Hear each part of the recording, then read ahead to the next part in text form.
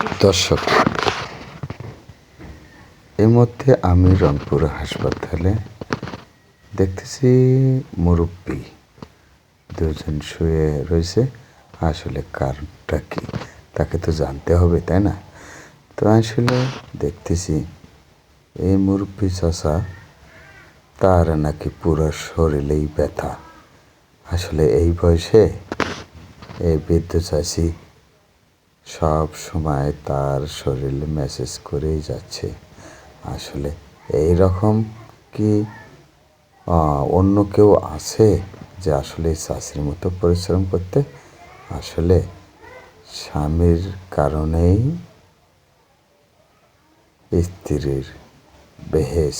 আসলে স্বামীর মহব্বত করলেই আসলেই সম্ভব। তো আসলে স্বামীকে কেউ ফেলে দেব না। এই বয়সে তাদের কি মহব্বত! আসলেই বিরক্ত হওয়ার সময় এটা।